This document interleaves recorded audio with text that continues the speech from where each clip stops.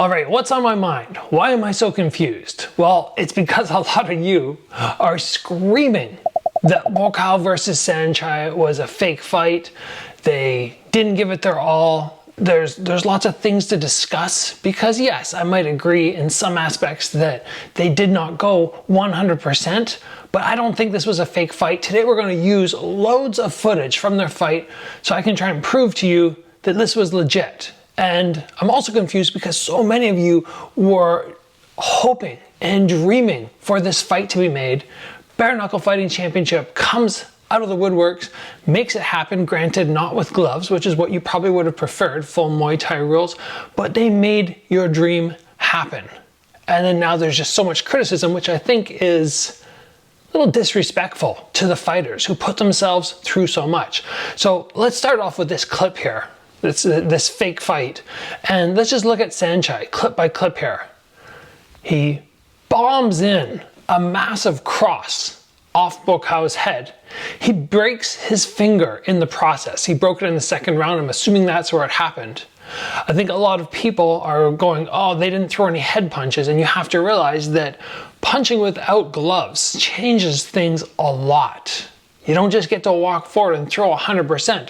Let's look at all the headshots that were thrown here. Big overhand, Buakaw trying to go, he's following through, left hook again.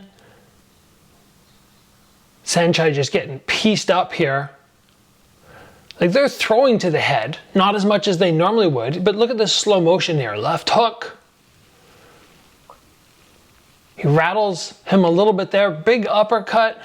Like all of that, if you don't think that was them trying to score punches that would finish the fight, and you're like, oh, I don't really know what more you want. And now very quickly, we move into Buakaw landing low kicks. And a lot of you are gonna go, look at Gabriel, they're low kicks. They're not meant to finish the fight. It's a safe way to go about it. But let's watch all these clips here. Low kick to the back leg. Saenchai stumbles there to the pressure.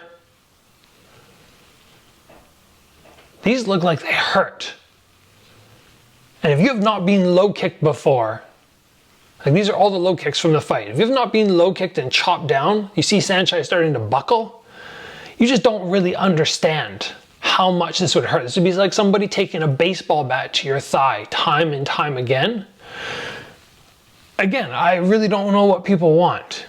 He's in there, he's smashing up Saenchai's leg, and people are saying fake fight. You know how many people would crumble under those kicks that you just saw there? That highlight of low kicks which Buakaw landed on Saenchai? I can guarantee you that I could go to like 9 out of 10 fighters, and after about 10 of them, they would be breaking down.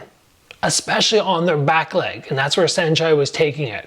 You have to be so tough to take the punishment that he took to that leg.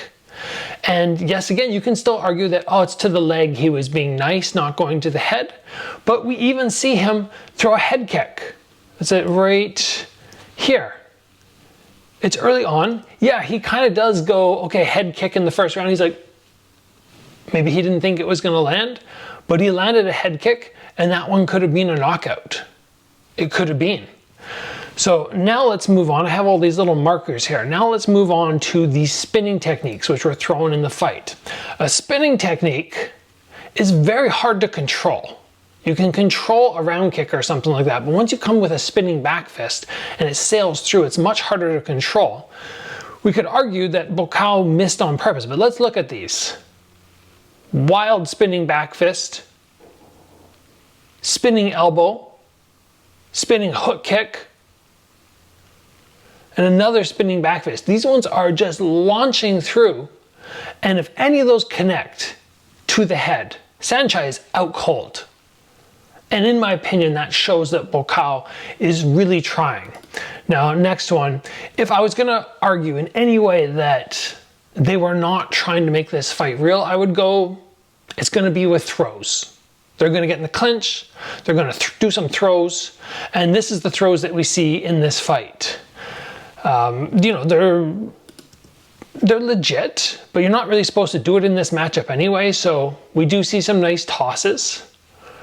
But overall, it's not loads. throughout this fight. Saenchai landed one at the end, which was a good little toss. But let's look now at the misses, the amount of shots that missed, and how dangerous some of these could have been, because I know a lot of people are still going, oh, they didn't land any big shots. You have to remember that these are two of the best fighters in the world at striking. If anybody thought that this fight was not going to go the distance, I don't really know how much you understand fighting.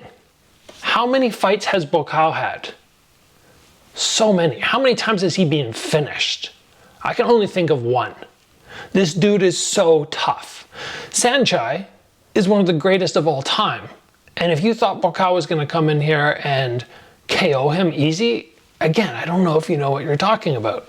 So let's look at the missed shots here. Saenchai with a big massive elbow, another massive elbow. He's trying to catch Buakaw. And an elbow is going to cut you or knock you down, but he's just missing. His range is a little bit off. Big round kick, which Buakaw evades. Another big shot, which, like, they're throwing at each other. And we go, yeah, okay, they didn't throw many head kicks. Or sorry, head punches. They didn't throw many punches to the head, or land many punches more, but they were throwing, just a lot of times missing. So you can't really just shell up like this with your hands, so they're relying a little bit more on head movement, getting their head off the center line when they throw, and that's making more shots miss. Again, am I arguing that this fight is 100% effort? No, I'm not saying that. But both of these fighters very often will not put in 100% into a fight. I cannot remember the number of times I saw Buakaw in a K1 fight where he pulled back. And I'm like, man, it looks like he's in a sparring match right now. When he went against Nicky Holtzkin both times, I was like, he looks like he's cruising at like 30, 40%. When you don't have to go 100%, why would you? Why would you always try to kill your opponent? You guys might go, well, that's the name of the game. No, the name of the game is winning. Buakaw had this in the bag since the second round, and why does he have to go for the KO? It doesn't mean it's a fake fight. Saenchai is trying to. I just showed you the misses. He's trying to land, but he's just simply not able to, aside from the one time he landed a big cross and crunched his finger. Let's move in now to, is this a fake fight? And look at some of the massive shots and attempts that were thrown in here. Big elbow that lands to the head of Buakaw. Buakaw lands, like, these guys are tossing elbows. Saenchai comes up with a head kick, but Buakaw back with a lot of ferocity. And big round kick up high. If Buakaw landed that last round kick, there's actually two there. Let's look at those. One snaps up, two, boom, he moves. He moves Saenchai under the pressure of that round kick, which was at head level. If Saenchai's hand was down here instead of there, you think that impact was just going to simply move him? He would have got clipped and completely knocked out. Let's look at it one more time, just to make sure I'm not looking at something wrong. Steps up, boom, big kick. I mean, all I can say is I'm a little surprised by the number of negative comments on Instagram and YouTube about people criticizing this fight. Saenchai didn't look his best, I will say that, but we've got used to seeing him fight people who are not at his skill level. Now all of a sudden he fights somebody who has a very high skill level, who's bigger than him, and I think it just, in your mind, doesn't make sense. We've idolized certain fighters so much, and we realize, or we don't realize, I have, that the difference between the high level guys, the people that everybody goes like, oh my gosh, this guy's untouchable, and the fighters who are just below them, it's not that big a difference. How do I know this? People like Lerdsila. I fought him. People look up at him and go like, oh my gosh, this guy is untouchable. He's a legend. And when I fought him, I went, he's a man. He's a man that I can hit. Fought some other guys who I went, wow, these guys are legends in the sport. Mosab Amrani, who just went through Liam Harrison in glory. It's like, I was pretty nervous to fight him. Like, I don't know what I'm getting myself into. I'm going to go and do my best. And you get in there and you're like, oh, they're not really way up here. They're down here. They're good compared to everybody else, but they're not leaps and bounds above. Saenchai, I think many people have put this legendary status on him that he's untouchable, but they don't realize that somebody like Buakaw, who is also a legend, granted, can do a really, really good job against him. So I think that kind of shatters the mystique, in my opinion, about Saenchai. Still amazing fighter, I'm not taking that away, but like that godlike status, just pull it back a little bit. And just Buakaw, he's in there, he realizes, oh, you know what, I don't have to go 100% to win this fight now. It's his buddy, maybe he pulls back a little bit, but as we see, he's still throwing big shots. Any of those could have landed, and they could have been a KO finish.